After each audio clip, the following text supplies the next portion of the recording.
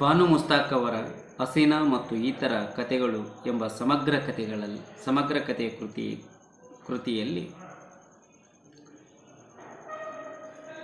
1999ರಲ್ಲಿ ಪ್ರಕಟಿಸಿದ ಬೆಂಕಿಮಳೆ ಎಂಬ ಕಥಾ ಸಂಕಲನದಲ್ಲಿ ಬೆಂಕಿಮಳೆ, ಕರಿನಾಗರಗಳು, ಹೃದಯದ ತೀರ್ಪು ಎಂಬ 3 ಕಥೆಗಳನ್ನು ಆಯ್ಕೆ ಮಾಡಿಕೊಂಡು ಓದುವಿನ ಸರಣಿಯನ್ನು ಮುಂದುವರಿಸಲಾಗುತ್ತದೆ.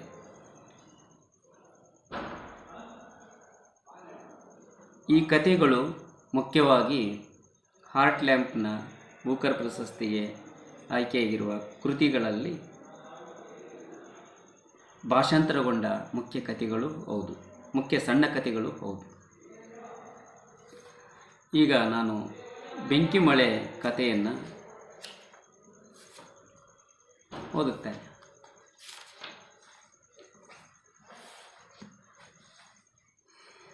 ಬೆಳಗಿನ ಆಜಾನದ ಕರೆ ಮಸೀದಿಯಿಂದ ಬರುತ್ತಿದ್ದಂತೆ ಮುತುವಲ್ಲಿ ಉಸ್ಮಾನ್ ಸಾಹೇಬರು ಆಸೆಯಿಂದ ಎದ್ದು ಕುಳಿತರು.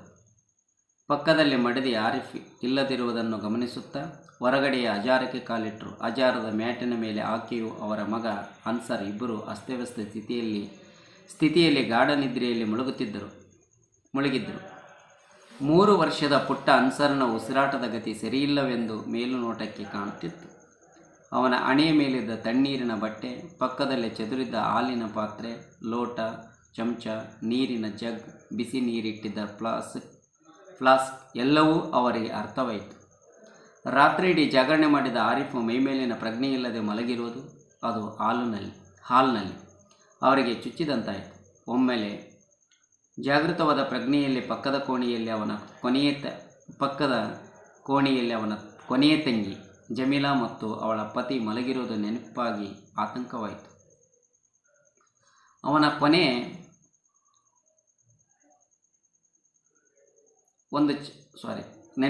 ನೆನಪಾಗಿ ಆತಂಕವಾಯಿತು.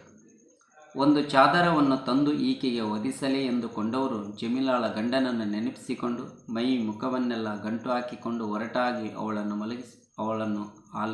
ಅವಳನ್ನು ಅಲಗಿಸಿದರು. ಆ ಅಲುಗಾಟಕ್ಕೂ ಏಳದ ದಣಿವಿನ ನಿದ್ರೆ ಅವಳದ್ದು. ಸರ್ರನೆ ಅವರ ಕೋಪವೇರಿತು. ಅವರ ಮನದ ಮೂಲದಲ್ಲಿ ಫಕೀರನೊಬ್ಬ ಆಡುತ್ತಿದ್ದ ತತ್ವಪದ ಮೊಳೆಯಿತು.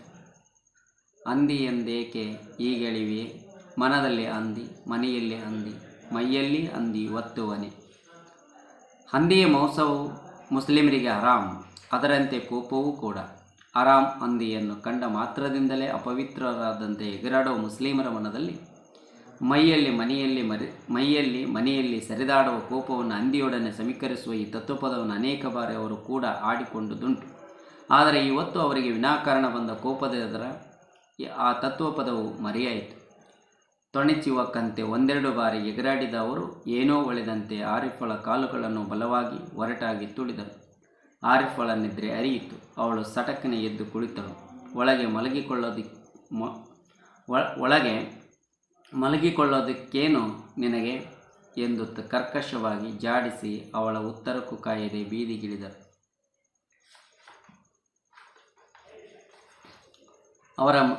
ಅವರ ಮನೆಯಿಂದ ಮಸೀದಿ 1 ಫರ್ಲಾಂಗ್ ದೂರವಿದ್ದಿತ್ತು.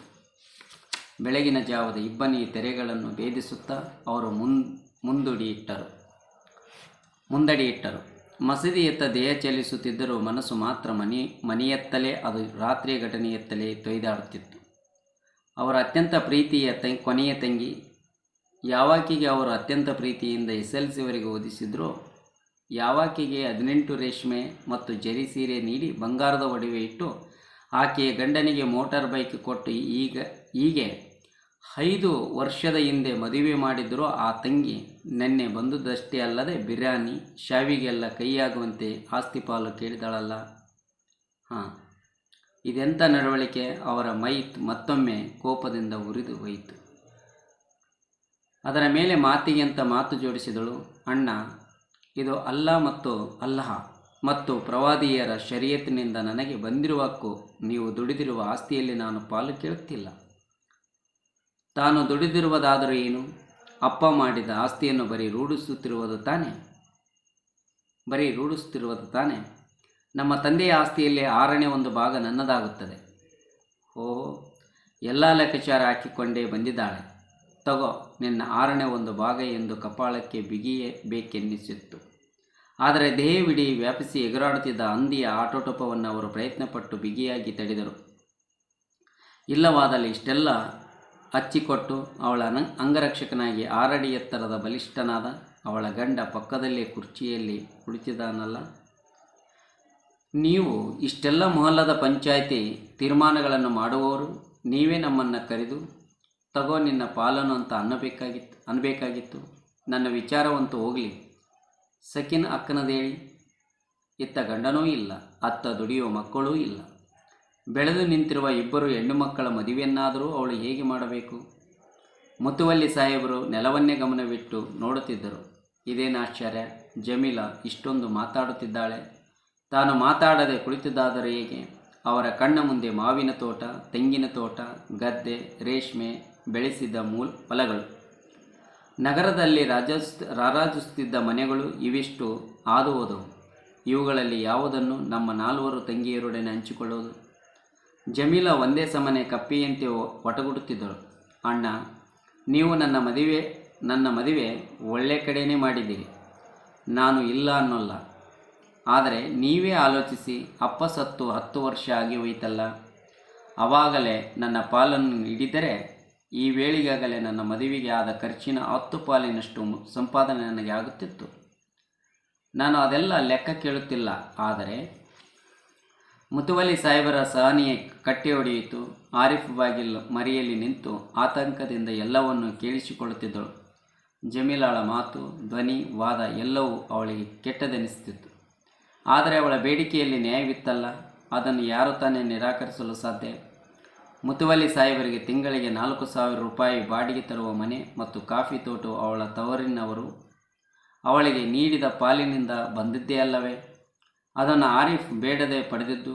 ಅವಳ ತವರಿನವರು ಅವಳನ್ನು ಮುತುವಲ್ಲಿ ಸಾಹೇಬರನ್ನು ಕರೆಸಿ ಒಳ್ಳೆಯ ಊಟ ಹಾಕಿ ಅವಳಿಗೆ ಹೊಸ ಸೀರೆ ರವಿಕೆಯನ್ನು ಉಡಿಸಿ ಆಸ್ತಿಯನ್ನು ಅವಳ ಹೆಸರಿಗೆ ನೋಂದಾಯಿಸಿದ ಪತ್ರವನ್ನು ನೀಡಿ ವಿಶ್ವಾಸದಿಂದ ಬೆಳ್ಕೊಂಡಿದ್ದರು.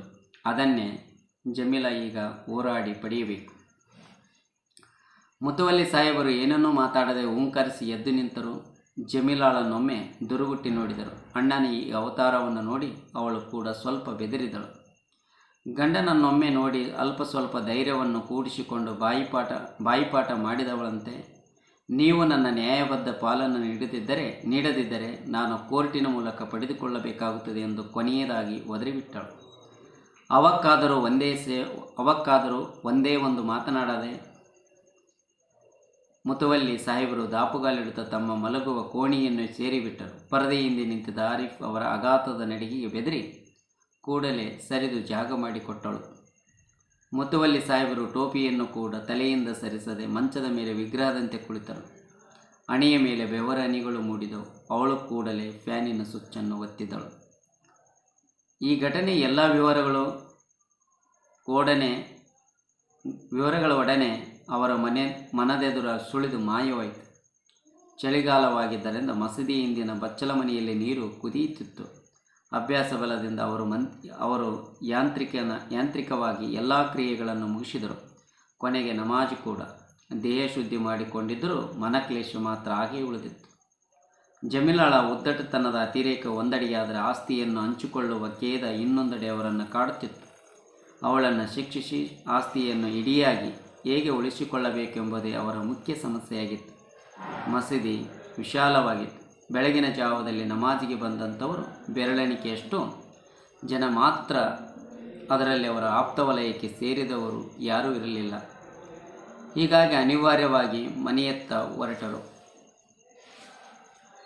ಆದರೂ ಯಾಕೋ ಮನೆಯತ್ತ ಹೆಜ್ಜೆ ಹಾಕಲು ಅವರಿಗೆ ಮನಸ್ಸು ಬರಲಿಲ್ಲ. ಬಲು ನಿಧಾನವಾಗಿ ನಡೆದು ಅವರು ಸರ್ಕಲ್ಲಿನ ಬಳಿಗೆ ಬರುವಷ್ಟು ಹೊತ್ತಿಗೆ ಮದಿನಾ ಹೋಟೆಲಿನ ಬಾಗಿಲು ತೆರೆದಿತ್ತು.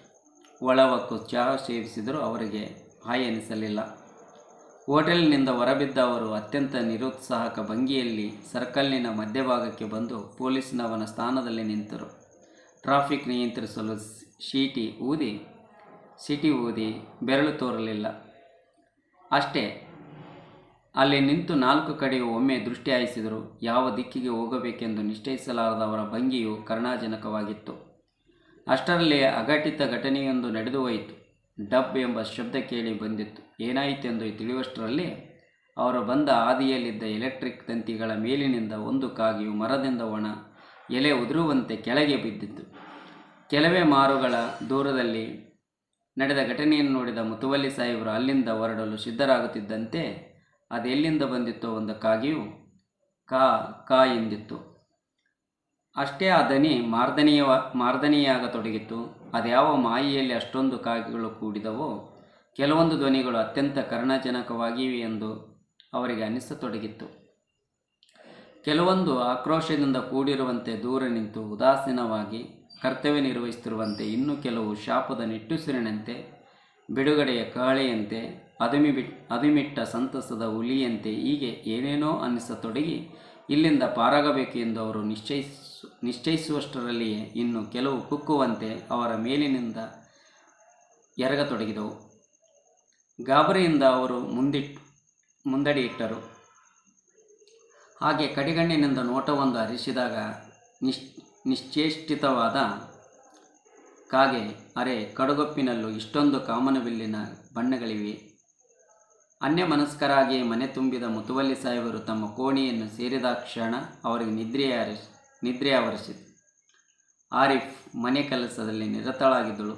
ಇತ್ತ ಕಾಯಿಲೆಯ ಮಗನನ್ನೊಮ್ಮೆ ಉಪಚರಿಸಿದರೆ ಇನ್ನೊಂದೆಡೆ ಶಾಲೆಗೆ ಹೋಗುವ ಮಕ್ಕಳಿಗೆ ತಿಂಡಿ, ಊಟ, ಸ್ಕೂಲ್ ಬ್ಯಾಗ್, ಶೂ, ಸಾಕ್ಸ್ ಎಂದು ಹೋರಾಡುತ್ತಾ ಮತ್ತೊಂದೆಡೆ ಜಮೀಲಾ ಮತ್ತವಳ ಗಂಡನಿಗಾಗಿ ವಿಶೇಷ ಅಡಿಗೆಗಾಗಿ ಸಿದ್ಧತೆಯನ್ನು ನಡೆಸುತ್ತಿದ್ದಳು. ಒಟ್ಟಿನಲ್ಲಿ ಮನೆಯ ಮಗಳು ಬೇಸರಪಟ್ಟುಕೊಂಡು ಶಪಿಸಿ ಹೋಗೋದು ಅವಳಿಗೆ ಬೇಕಿರಲಿಲ್ಲ. ಅವಳಿಗೆ ತನ್ನ ತಾಯಿಯ ಮಾತು ನೆನಪಿಗೆ ಬಂದಿತ್ತು. ಹಕ್ದಾರ್ ತರ್ಸೇತೋ ಅಂಗಾರ್ ಕಾ ನ್ಯೂ ಬರ್ಸೆ.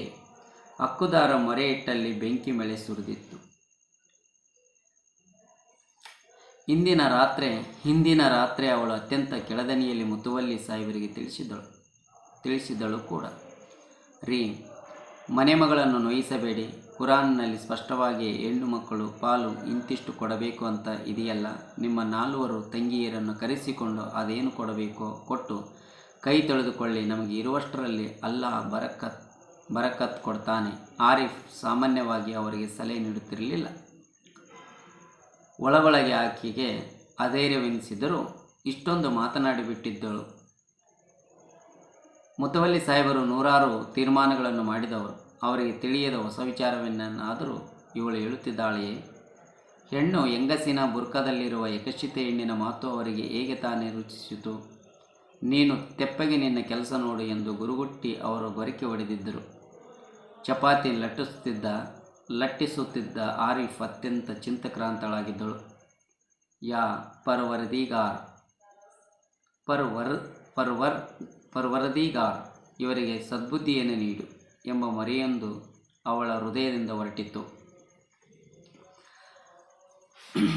ಅನ್ಸರ್ಗೆ ಅವಳು ಆಗ ತಾನೇ ಹಣೆಯ ಮೇಲೆ ಒದ್ದೆ ಬಟ್ಟೆಯನ್ನಿಟ್ಟು ಬಂದಿದ್ದಳು. ಆಕೆ ಯಾಂತ್ರಿಕವಾಗಿ ಚಪಾತಿ ಲಟ್ಟಿಸುತ್ತಾ ಆಗಾಗ್ಗೆ ಕಾವಲಿಯ ಮೇಲಿದ್ದ ಚಪಾತಿಯನ್ನು ಇದ್ದರೂ ಯಾಕೋ ಒಮ್ಮೆಲೆ ಅನ್ಸರ್ ನರಳಿದಂತೆನ್ನಿಸಿ ಅವಳು ದಿಗ್ಗನೆದ್ದು ಅವನನ್ನು ಮಲಗಿಸಿದ ಆಚಾರಕ್ಕೆ ಬಂದಳು. ಆಗಲೇ ಆರಿಫಳ ಕಣ್ಣಿಗೆ ಬಿದ್ದಿದ್ದು ಆ ಹೆಂಗಸು. ಆಕೆ ಬುರ್ಕ ಹಾಕಿಕೊಂಡು ಮುಖದ ಮೇಲೆ ನಿಕಾಬ್ ಇಳಿಬಿಟ್ಟಿದ್ದರು. ಆರಿಫ್ಗೆ ಕೂಡಲೇ ಅವಳ ಗುರುತು ಸಿಕ್ಕಿತ್ತು. ಅಲ್ಲಲ್ಲೇ ತೂತುಗಳಿದ್ದ ಕಪ್ಪು ಬಣ್ಣ ಹೋಗಿ ಕಂದು ಬಣ್ಣಕ್ಕೆ ತಿರುಗಿದ್ದ ಬುರ್ಕದೊಳಗಿನಿಂದ ಕೊಳೆಯಾದ ಸೀರೆಯೊಂದು ಇಣುಕುತ್ತಿತ್ತು. ಒಡೆದ ಇಮ್ಮಡಿ, ಬಣ್ಣ ಕಳೆದುಕೊಂಡ ಚರ್ಮ, ಸೇಫ್ಟಿ ಪಿನ್ ಚುಚ್ಚಿ ರಿಪೇರಿ ಮಾಡಿದ್ದ ಹವಾಯಿ ಚಪ್ಪಲಿ ಎಲ್ಲವನ್ನು ಒಂದೇ ನೋಟದಲ್ಲಿ ಗ್ರಹಿಸಿದ ಆರಿಫ್ ಆ ಹೆಂಗಸಿನ ದೈನ್ಯಾವಸ್ಥೆಯಿಂದ ಸ್ವತಃ ನಾಚಿ ಹೋದಳು. ಅಷ್ಟೇ ಅಲ್ಲದೆ ಬಂದಾಕೆ ಒಳಗೆ ಕೂಡಬಾರದೆ ವರಾಂಡದಲ್ಲಿಯೇ, ಅದು ಮುತುವಲ್ಲಿ ಸಾಹೇಬರನ್ನು ಕಾಣಲು ಬರುವ ಅನೇಕ ಗಂಡಸರ ನಡುವೆ ಮೂಲೆಯಲ್ಲಿ ನಿಂತುದನ್ನು ಕಂಡು ಅವಳ ಗಂಟಲು ಉಬ್ಬಿ ಬಂದಿತ್ತು. ವರಾಂಡಕ್ಕೂ ಹಜಾರಕ್ಕೂ ನಡುವೆ ಇಳಿಬಿದ್ದ ಪರದೆಯ ಹಿಂದೆ ನಿಂತು ಬಂದಾಕೆಗೆ ಮಾತ್ರ ಕೇಳಿಸುವಷ್ಟು ಕೆಳದನಿಯಲ್ಲಿ ಉಸಿರಿದಳು. ಸಕಿನಕ್ಕ, ನಿಮ್ಮ ದಮ್ಮಯ್ಯ. ಅಲ್ಲೇಕೆ ನಿಂತುಕೊಂಡಿದ್ದೀರಿ, ಒಳಗೆ ಬನ್ನಿ. ಅವಳಿಗೆ ಕೇಳಿಸಿತೋ ಇಲ್ಲವೋ ಬುರುಕಾದ ತೆರೆ ಅವಳ ಮೇಲಿದ್ದುದರಿಂದ ಮುಖದ ಭಾವ ಆರಿಫಿಗೆ ಗೊತ್ತಾಗಲಿಲ್ಲ. ಆದರೆ ಅವಳ ಪಕ್ಕದಲ್ಲಿದ್ದ ಯುವಕ ಮಾತ್ರ ಪರವಾಗಿಲ್ಲ, ಮಾಮಿ ನಿಮ್ಮ ಕೆಲಸ ಮಾಡಿ ಹೋಗಿ, ಮಾಮ ಬಂದರೆ ನಾವು ಮಾತಾಡಿ ಹೋಗುತ್ತೀವಿ ಎಂದು ನಿರ್ದಯವಾಗಿ ನುಡಿದ. ಸಕೀನ ಅವಳ ಹಿರಿಯ ನಾದಿನಿ ಅತ್ಯಂತ ಸ್ವಾಭಿಮಾನಿ ಹೆಣ್ಣು. ವಿಧವೆಯಾದ ಮೇಲೆ ಕೂಡ ತನ್ನ 3 ಮಕ್ಕಳನ್ನು ಕಟ್ಟಿಕೊಂಡು ಟೈಲರಿಂಗ್ ಮಾಡುತ್ತಾ ಸಂಸಾರ ನಡೆಸಿದವಳು. ತವರು ಮನೆಯ ಒಂದು ಹನಿ ನೀರಿನ ಆಸೆಯನ್ನು ಇಟ್ಟವಳಲ್ಲ. ಯಾವಾಗಲಾದರೂ ಹಬ್ಬಕ್ಕೆ ಬಂದು ಅಣ್ಣನ ಕಾಲಿಗೆ ನಮಸ್ಕರಿಸಿ ಹೋಗುವಳು. ಇಂದು ಇಷ್ಟೊಂದು ಪರಕೀಯಳಾಗಿ 4 ಜನರಂತೆ ಅವರ ಸಾಲಿನಲ್ಲಿ ನಿಂತಿದ್ದಾಳೆ. ಇವಳು ಕೂಡ ಜಮೀಲಾಳೊಡನೆ ಮಸಲತ್ತು ನಡೆಸಿ ಪಾಲು ಕೇಳಲು ಬಂದಿರುವಳೆ ಎಂದೆನಿಸಿದರೂ ಆರಿಫ್ ಕೂಡಲೇ ಆ ವಿಚಾರವನ್ನು ಬದಿಗೊತ್ತಿ ಸಕೀನಳನ್ನು ಮತ್ತೊಮ್ಮೆ ಒಳಗೆ ಕರೆದಳು. ಹೇಗಾದರಾಗಲಿ ಗಂಡ ಎದ್ದು ಹೊರಬರುವ ವೇಳೆಗಾದರೂ ಸಕೀನಳನ್ನು ಅಜಾರದೊಳಗಾದರೂ ಕರೆದು ಕೂರಿಸಬೇಕೆಂಬ ಅವಳ ಸನ್ನ ವಿಫಲವಾಯಿತು. ಮೈ ಸ್ವಲ್ಪ ಭಾರವೆನಿಸಿದರೂ ಸುಖನಿದ್ರೆ ತಿಳಿದೆದ್ದು ಬಂದ ಮುತುವಲ್ಲಿ ಸಾಹೇಬರು ಎಂದೂ ಇಲ್ಲದೆ ಇಂದು ಆರಿಫ್ ವರಾಂಡದಲ್ಲಿರುವ ಜನರನ್ನು ಇಣಿಕಿ ನೋಡಿ ಸನ್ನೆ ಮಾಡುತ್ತಿರುವುದನ್ನು ಕಂಡು ಅಪ್ರತಿಭರಾದರು. ಅವರಿಗರಿವಿಲ್ಲದಂತೆಯೇ ಅವರ ದನಿ ಏರಿತು. ಆರಿಫ್, ಅವಳು ತಬ್ಬಿಬ್ಬಾಗಿ ಪರದೆ ಇಳಿಬಿಟ್ಟು ಸರಿದಳು. ತನ್ನಲ್ಲಿ ತಾನೇ ಎಂಬಂತೆ ಗೊಣಗಿಕೊಂಡಳು. ಅಲ್ಲಿ ಗಂಡಸರ ಜೊತೆಯಲ್ಲಿ ಸಕೀನ ಅಕ್ಕ ಹೊರಗಿನವರಂತೆ ನಿಂತುಕೊಂಡಿದ್ದಾರೆ. ಒಳಗೆ ಬನ್ನಿ ಅಂತ ಕರಿತಾ ಇದ್ದೆ, ಏನು ಎಂದು ಪ್ರಶ್ನಿಸಿದ ಮುತುವಲ್ಲಿ ಸಾಹೇಬರು ಹೊರಗಡೆ ಇಟ್ಟು ಸಕೀನಾಳನ್ನು ಅವಳ ಮಗನನ್ನು ನೋಡಿದವರೇ ಕೆಂಪೇರಿ ಹೋದರು. ಆದರೆ ಸಕೀನ ಮಾತ್ರ ಅತ್ಯಂತ ಅಪರಿಚಿತ ದನಿಯಲ್ಲಿ ಕೈ ಮುಗಿದು ಬೇಡಿಕೊಳ್ಳುತ್ತಾ ನೋಡಿದಳು. ಬಾಯ್ ಸಾಬ್, ನನ್ನಂಥ ನಿರ್ಗತಿಕ ವಿಧವೆಗೆ ಸಹಾಯ ಮಾಡಿ. ಅಲ್ಲ ನಿಮಗೆ ಮತ್ತು ನಿಮ್ಮ ಕುಟುಂಬಕ್ಕೆ ಸುಖ ಸಮೃದ್ಧಿಯನ್ನು ನೀಡುತ್ತಾನೆ. ನನ್ನ ಮಗ ಈಗ BA ಮೊದಲನೇ ವರ್ಷದಲ್ಲಿದ್ದಾನೆ. ಇಂಜಿನಿಯರಿಂಗ್ ಕಾಲೇಜಿನಲ್ಲಿ ಅವನಿಗೆ ಈ ದಿನ ಅಟೆಂಡರ್ ಕೆಲಸದ ಇಂಟರ್ವ್ಯೂ ಇದೆ. ತಾವು ಕೂಡ ಆ ಕಮಿಟಿಯ ಸದಸ್ಯರು ಅಂತ ತಿಳಿತು. ನನ್ನ ಮಗನ ಹೆಸರು ಸೈಯದ್ ಅಬ್ರಾರ್ ಅಂತ. ದಯವಿಟ್ಟು ತಾವು ನೆನಪಿನಿಂದ ಈ ಕೆಲಸ ಮಾಡಿಸಿಕೊಡಿ. ಅರ್ಜಿ ಇಲ್ಲಿದೆ ನೋಡಿ. ನನ್ನ ಮಗನಿಗೆ ಈ ಕೆಲಸ ಸಿಕ್ಕಿದರೆ ನನ್ನಂಥ ನತದೃಷ್ಟಿಯ ಮಗನಾಗಿದ್ದಕ್ಕೆ ನಮ್ಮ ಕುಟುಂಬಕ್ಕೆ ದಿಕ್ಕಾಗುತ್ತಾನೆ. ಎಲ್ಲರೂ ಹೇಳುತ್ತಾರೆ, ತಾವೊಂದು ಮಾತು ಹೇಳಿದರೆ ಈ ಕೆಲಸ ಖಂಡಿತವಾಗಿಯೂ ಸಿಗುತ್ತೆ ಅಂತ. ತಾವು ಬಡವರ ಕಷ್ಟ ಸುಖವನ್ನು ಹಂಚಿಕೊಳ್ಳುವರು. ನನ್ನ ಮೇಲೆ ತಾವು ಕೃಪೆ ಮಾಡಬೇಕು ಎಂದು ಮುತುವಲ್ಲಿ ಸಾಹೇಬರು ಸಾವರಿಸಿಕೊಳ್ಳೋದಕ್ಕೆ ಮೊದಲೇ ಅವರ ಕೈಗೆ ಅರ್ಜಿಯನ್ನು ಕೊಟ್ಟು ಅವರ ಕಾಲಿಗೆ ನಮಸ್ಕರಿಸಿ ಹೊರಟೇ ಬಿಟ್ಟಳು. ಮುತುವಲ್ಲಿ ಸಾಹೇಬರ ಮನಸ್ಸಿನಲ್ಲಿ ಕಾಗಿಗಳು ಅರಚಾಡತೊಡಗಿದವು. ಮೋರೆ ಇನ್ನಷ್ಟು ಕೆಂಪಾಯಿತು. ಚಳಿಯಲ್ಲೂ ಹಣೆಯ ಮೇಲೆ ಬೆವರ ಹನಿಗಳು ಮೂಡಿದವು. ದೊಪ್ಪನೆ ಕುರ್ಚಿಯೊಂದರ ಮೇಲೆ ಕುಸಿದು ಕುಳಿತರು. ಪರದೆಯ ಹಿಂದೆ ನಿಂತಿದ್ದ ಆರಿಫಳ ಕಣ್ಣುಗಳು ಹನಿಗೂಡಿದವು.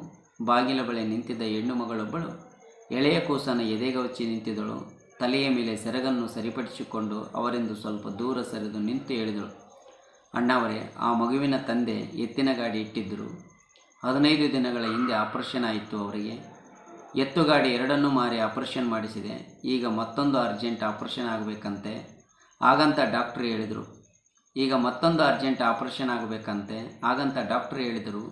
ಇವಾಗ ನನ್ನ ಹತ್ತಿರ ಏನೂ ಇಲ್ಲ.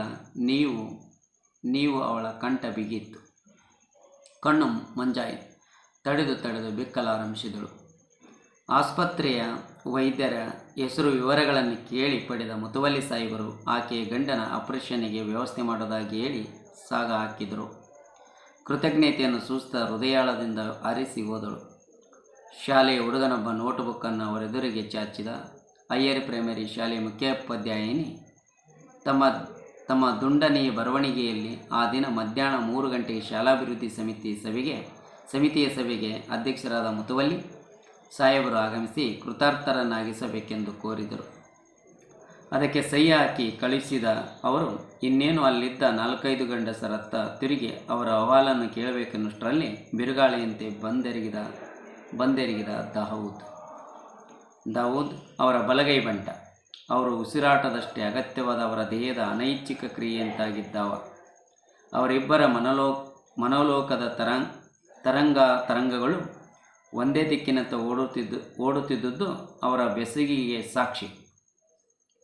ಮುತುವಲ್ಲಿ ಸಾಹೇಬರ ಮುಖದ ಏರಿಳಿತ, ಅವರ ಉಬ್ಬಿನ ರೇಖಾಂಶ, ಅಕ್ಷಾಂಶಗಳು, ಮೀಸೆಯ ಕೂದಲಿನ ನಿಮಿರುವಿಕೆ, ಮೂಗಿನ ಹೊಳ್ಳೆಗಳು, ತುಟಿಗಳ ಮೂಲೆಗಳ ಬಿರಿತ ಇವಿಷ್ಟರಿಂದಲೇ ಅವರ ಇಂಗಿತವನ್ನು, ಅವರ ಮೂಲೋದ್ದೇಶವನ್ನು ಅರಿಯುವ ಪ್ರಾವೀಣ್ಯತವನಲ್ಲಿತ್ತು. ಅದಕ್ಕೆ ತಕ್ಕಂತೆ ಬೇಕಾದ ಮಾತು, ವಿನಯ, ನಡುಬಗ್ಗಿಸುವಿಕೆ, ಕಬಳಿಸುವಿಕೆ, ನಿರ್ಲಜ್ಜಿತನ, ಅಭಿಮಾನ ಶೂನ್ಯತೆ ಎಲ್ಲವೂ ಇದ್ದವು. ಎಂದ ಮೇಲೆ ಬೆಳಗಿನ ನಮಾಜಿಗೂ ಬಂದಿರಲಿಲ್ಲ. ಹಾಳಾದವ ಈಗ ಬಂದಿದ್ದಾನೆ, ಎಲ್ಲಿ ಸತ್ತು ಬಿದ್ದಿದ್ದನೋ ಎಂದು ಹಲ್ಲು ಕಡಿದರೂ ತೋರಿಕೆಯ ಶಾಂತತೆಯಿಂದ ಪ್ರಶ್ನಿಸಿದರು. ಎಲ್ಲಿ ಹೋಗಿದ್ದೀರಿ ದಾವೂದ್ ಸಾಹೇಬ್ರೆ? ನಿಮ್ಮ ಪತ್ತೆ ಇರಲಿಲ್ಲವಲ್ಲ? ದಾವೂದ್ಗೆ ಅವರ ಪ್ರಶ್ನೆ, ಭಾವ ಎರಡೂ ಅರ್ಥವಾಯಿತು. ಅವನು ಒಳಗೊಳಗೆ ನಗುತ್ತಾ, ಮೇಲಿನ ವಿನಯವನ್ನು ನಟಿಸುತ್ತಾ, ಅಸ್ಸಲಾಂ ವ ಅಲೈಕಂ, ಅಸ್ಸಲಾಂ ವ ಅಲೈಕುಂ ಮುತುವಲ್ಲಿ ಸಾಹೇಬ್ರೆ ಎಂದು ನಮಸ್ಕರಿಸಿ ಕುಳಿತ. ಮುತುವಲ್ಲಿ ಸಾಹೇಬರು ಮಸೀದಿ ಕಮಿಟಿ ಅಧ್ಯಕ್ಷರಾಗಿದ್ದರಷ್ಟೇ ಅಲ್ಲದೆ ರಾಜಕೀಯದಲ್ಲೂ ಸಕ್ರಿಯವಾಗಿ ತೊಡಗಿಸಿಕೊಂಡಿದ್ದರು. ಮುಸ್ಲಿಮರ ಓಟನ್ನು ಸಾರಾಸಗಟಾಗಿ ಕೊಡಿಸುವ ಸಾಮರ್ಥ್ಯ ಅವರಿಗಿದೆ ಎಂಬ ಭ್ರಮೆಯನ್ನು ಅವರು ಹೊಂದಿದ್ದು, ಆ ನಂಬಿಕೆಗೆ ಆತುಕೊಂಡಿದ್ದ ಅನೇಕ ಮಹತ್ವಾಕಾಂಕ್ಷಿಗಳು ಅವರ ಮನೆಗೆ ತಪ್ಪದೇ ಭೇಟಿ ಮಾಡುತ್ತಿದ್ದರು. ಹೀಗಾಗಿ ಬೆಳಗಿನ ಹೊತ್ತು ಅನೇಕ ಜನರು ಅವರ ಮನೆಯ ಬಾಗಿಲಲ್ಲಿ ಹಾಜರಿರುತ್ತಿದ್ದರು. ಇಂದು ಸಕಿನಾ ಕೂಡ ಅವರನ್ನು ಅಣ್ಣ ಎಂದು ಬಾಂಧವ್ಯ ಗುರುತಿಸುವ ಬದಲು ರಾಜಕೀಯ ವ್ಯಕ್ತಿ ಎಂದು ಸಹಾಯ ಬೇಡಿದಳು. ಹಾಗೂ ಅಷ್ಟೇ ಪರಿಕೆಯಳಾಗಿ ವರ್ತಿಸಿ ಅವರ ಮನಸ್ಸನ್ನು ಘಾಸಿಗೊಳಿಸಿದಳು. ಮುತುವಲ್ಲಿ ಸಾಹೇಬರು ಕುಳಿತಿದ್ದವರತ್ತ ಒಂದು ನೋಟವನ್ನು ಹರಿಸಿದರು. ಇನ್ನು ಅನೇಕ ಜನರು ತಮ್ಮ ಸರದಿಗಾಗಿ ಕಾಯುತ್ತಿದ್ದರು. ಆದರೆ ಮುತುವಲ್ಲಿ ಸಾಹೇಬರಿಗೆ ದಾವೂದ್ನೊಂದಿಗೆ ತುರ್ತು ಕೆಲಸವಿದ್ದಿತ್ತು. ಹೀಗಾಗಿ ಅವರ ಚಡಪಡಿಕೆಯಿಂದ ಬೆಂಚಿನ ಮೇಲೆ ಕುಳಿತಿದ್ದ 4-6 ಜನರತ್ತ ನೋಡಿ ಏಳಲು ದಿಕ್ತರಾದರು. ವಯಸ್ಸಾಗಿದ್ದ ಸಾಬ್ಜಾನ್ ಬೆಳ್ಳಗಾಗಿದ್ದ, ಹುಬ್ಬುಗಳಡಿಯಿಂದ ಪೊರೆ ಬಂದಿದ್ದ, ಕಣ್ಣುಗಳ ಮಂದ ದೃಷ್ಟಿಯಿಂದ ಎಡತಾಕುತ್ತಾ ಮುಂದೆ ಬಂದ. ಸಾಬ್, ನನ್ನ ಕೊನೆಯ ಮಗಳಿಗೆ ಮದುವೆ ಮುಂದಿನ ವಾರವೇ ಇದೆ. ನನ್ನಲ್ಲಿ ಕಾಸಿಲ್ಲ. ನೀವು ದೊಡ್ಡ ಮನಸ್ಸು ಮಾಡಬೇಕು. ಅವಳ ಮದುವೆಯೊಂದಾಗಿ ಬಿಟ್ಟರೆ ನಾನು ಸಮಾಧಾನದಿಂದ ಕಣ್ಮುಸ್ತೀನಿ. ಮಾಯಿ ಬಾಪ್, ನನ್ನಂಥ ಮುದುಕನಿಗೆ ನೀವೇ ದಯೆ ತೋರಬೇಕು ಎಂದು ಮುತುವಲ್ಲಿ ಸಾಹೇಬರ ಕಾಲಿಗೆ ಬೀಳಲು ಬಂದ. ಮಗನೇ, ಅದೆಷ್ಟೊಂದು ಮಕ್ಕಳನ್ನು ಹುಟ್ಟಿಸಿದೆಯಾ? ಕೊನೆ ಮಗಳಂತೆ. ಏನು 60ನೇ ವಯಸ್ಸಿಗೆ ಹುಟ್ಟಿಸಿದೆಯಾ? ಅಂತೂ ಕೊನೆಗೆ ಬಂದೆ ನೀನು ದಾರಿಗೆ ಎಂದು ಮನದ ಮೂಲೆಯ ಸೈತಾನ್ ಅಟ್ಟಹಾಸ ಬೀರಿದ. ಅವರ ಮನೋನೇತ್ರದೆದುರ ವಿಶಾಲವಾದ ಸೈಟು ಮತ್ತು ಅದರ ಮಧ್ಯದಲ್ಲಿದ್ದ ಮುರಕಲ್ಲು ಮನೆ ಗೋಚರಿಸಿದವು. ಅವರು ಆ ಸೈಟಿನ ಮುಂದೆ ಹಾದು ಹೋದಾಗಲೆಲ್ಲ ಅಲ್ಲಿ ಕಟ್ಟಬಹುದಾದ ಶಾಪಿಂಗ್ ಕಾಂಪ್ಲೆಕ್ಸಿನ ಯೋಜನೆಯೊಂದು ಅವರ ಮನಸ್ಸಿನಲ್ಲಿ ಹಾದು ಹೋಗುತ್ತಿತ್ತು. ಈಗ ನನ್ನಿಂದ ಏನಾಗಬೇಕು ಸಾಬ್ಜಾನ್ ಚಿಕ್ಕಪ್ಪ ಎಂದು ಅಮಾಯಕರಾಗಿ ಕೇಳಿದರು. ಏನೂ ಇಲ್ಲ, ಅನುಮಾನಿಸುತ್ತಾ ಒಂದು ಕ್ಷಣ ತಡೆದು ಸಾಬ್ಜಾನ್ ಮುಂದುವರಿಸಿದ. ಅಲ್ಲಾಹನ ಅನುಗ್ರಹ ತಮ್ಮ ಮೇಲಿರಲಿ. ನನಗೆ ಈ ಮದುವೆಗೆ ಕಡಿಮೆ ಎಂದರೆ 40,000 ರೂಪಾಯಿ ಬೇಕು. ಮುತುವಲ್ಲಿ ಸಾಹೇಬರು ಬೆಚ್ಚಿಬಿದ್ದಂತೆ ನಟಿಸಿದರು. 40,000 ರೂಪಾಯಿ ಏನು ಮಾಡೋದು? ಎಲ್ಲಿಂದ ತರೋದು? ಮುತುವಲ್ಲಿ ಸಾಹೇಬರು ದೀರ್ಘಾಲೋಚನೆಯಲ್ಲಿ ತೊಡಗಿದರು. ದಾವೂದ್ ಮೆಲ್ಲನೆ ಕೆಮ್ಮಿದ. ಅಣ್ಣವರೇ, ಒಂದು ವಿಚಾರ ನಿಮ್ಮ ಗಮನಕ್ಕೆ ತರೋಣ ಅಂತ. ನಿಮಗೆ ಸ್ವಲ್ಪ ಬಿಡುವಾದರೆ ಅಲ್ಲ, ಪ್ರಪಂಚ ಎಲ್ಲಿಗೆ ಬಂತು? ನ್ಯಾಯ, ನೀತಿ, ಧರ್ಮ ಏನಾದರೂ ಉಳಿತಿದೆಯಾ? ಏನಾಯಿತು ದಾವೂದ್? ನಿಮಗೆ ಗೊತ್ತೇ ಇಲ್ವಾ ಈ ವಿಚಾರ? ಖಂಡಿತವಾಗಿಯೂ. ಯಾರಿಂದಲೂ ಉತ್ತರ ಬಾರದೆ ಇದ್ದುದನ್ನು ಗಮನಿಸಿ ಅವನೇ ಮುಂದುವರಿಸಿದ. ಇಸ್ಲಾಂನ ನಾಶ ಆಗಿ ಹೋಗ್ತಿದ್ರೆ ಅಣ್ಣಾವರೇ, ಒಂಚೂರು ಕೂಡ ಮುಸಲ್ಮಾನರ ಗೌರವ ಉಳಿಲಿಲ್ಲ. ಅವನ ಪೀಠಿಕೆಯೇ ದೀರ್ಘವಾಗಿತ್ತು. ಅದೇನು ಹೇಳಬಾರ್ದೆ ಎಂದರು ಮುತುವಲ್ಲಿ ಸಾಹೇಬರು ಅಸಹನೆಯಿಂದ. ಅದೇನು ಹೇಳಬಾರ್ದೆ ಎಂದರು ಮುತುವಲ್ಲಿ ಸಾಹೇಬರು ಅಸಹನೆಯಿಂದ. ಅಣ್ಣಾವರೇ, ಲಾಳ ಹೊಡಿತಾನಲ್ಲ ಉಮರ್, ಅವನ 2ನೇ ಮಗಳನ್ನು ನೆಲಮಂಗಲಕ್ಕೆ ಕೊಟ್ಟಿದ್ದಾರಲ್ಲ, ಆ ಹುಡುಗ ಇನ್ನೊಬ್ಬಳನ್ನು ಮದುವೆಯಾಗಿದ್ದ ನೋಡಿ, ಅವಳ ಅಣ್ಣ. ಯಾವನ್ಲೇ ಅವನು ಎಂದರು ಮುತುವಲ್ಲಿ ಸಾಹೇಬರು ಅಸಹನೆಯಿಂದ. ಈ ಸಂಬಂಧಗಳ ಗೋಜಲನ್ನು ಬಿಡಿಸುವಷ್ಟು ತಾಳ್ಮೆ ಅವರಲ್ಲಿ ಉಳಿದಿರಲಿಲ್ಲ. ಅವನು ನಿಸಾರ್ ಅಂತ ಪೇಂಟರ್. ಮಸೀದಿಗೆ ಪೇಂಟ್ ಮಾಡ್ತೀನಿ ಅಂತ 200 ರೂಪಾಯಿ ಹೊಡ್ಕೊಂಡು ಹೋಗಿಬಿಟ್ಟಿದ್ದ ನೋಡಿ, ಕಳೆದ ರಂಜಾನ್ನಲ್ಲಿ. ಹಾಂ ಹಾಂ ಗೊತ್ತಾಯ್ತು ಬಿಡು. ಮುತುವಲ್ಲಿ ಸಾಹೇಬರಿಗೆ ಎಲ್ಲ ನೆನಪಾಯಿತು. ಮಸೀದಿಗೆ ದುಡ್ಡು ತಿಂದು ಹಾಕಿದ್ದಕ್ಕೆ ಅವನನ್ನು ಮರಕ್ಕೆ ಕಟ್ಟಿಸಿ ಬಾರ್ಕೋಲ್ನಿಂದ ಬಡಿದದ್ದೂ ನೆನಪಾಯಿತು. ಅವನೇ ಕೆರೆಯಲ್ಲಿ ಬಿದ್ದು ಸತ್ತೋಗಿದ್ದ. ಆಗಲೇ 1.5 ತಿಂಗಳ ಹಿಂದೆ ಒಂದು ಶವ ಸಿಕ್ತು ನೋಡಿ, ಪೊಲೀಸ್ನವರು ತೆಗೆದರು. ಏನಾಯಿತು ಅದರ ವಿಷಯ? ಆಗದೇನು ಸರ್ವನಾಶವಾಗಿ ಹೋಯಿತು.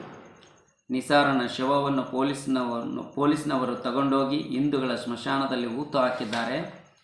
ಎದೆಗೆ ಗುಂಡು ಬಡಿದಂತೆ ದಾವೂದ್ ಮೆಲ್ಲನೆ ಉಸಿರಿದ. ಎಲ್ಲಿಯಾದರೂ ಉಂಟೆ? ಇದುವರೆಗೆ ಎಲ್ಲಿಯಾದರೂ ಈ ಥರದ ಘಟನೆ ಕೇಳಿದುಂಟೆ? ಮುತುವಲ್ಲಿ ಸಾಹೇಬರ ಎದೆ ಬಡಿತದ ಒಂದು ಕ್ಷಣ ನಿಂತಂತಾಯಿತು. ಹಣೆಯ ಮೇಲೆ ನಿರಿಗೆಗಳು ಮೂಡಿದವು. ಅವರು ಬೆವರಲಾರಂಭಿಸಿದರು. ಬಂದಿದ್ದವರೆಲ್ಲ ತಮ್ಮ ಕೆಲಸಗಳನ್ನು ಮರೆತರು. ಸ್ವತಃ ಸಾಬ್ಜಾನ್ ಕೂಡ ಎದೆಯಾಳದಲ್ಲಿ ಎಷ್ಟೇ ಕೊರೆಯುತ್ತಿದ್ದರೂ ಮಗಳ ಮದುವೆ ವಿಷಯದ ಪ್ರಸ್ತಾಪವನ್ನೇ ಮಾಡಲಿಲ್ಲ. ಹಠಾತ್ತಾಗಿ ಬಂದೆರಗಿದ ಈ ಸುದ್ದಿ ಎಲ್ಲರನ್ನು ತತ್ತರಿಸುವಂತೆ ಮಾಡಿತ್ತು.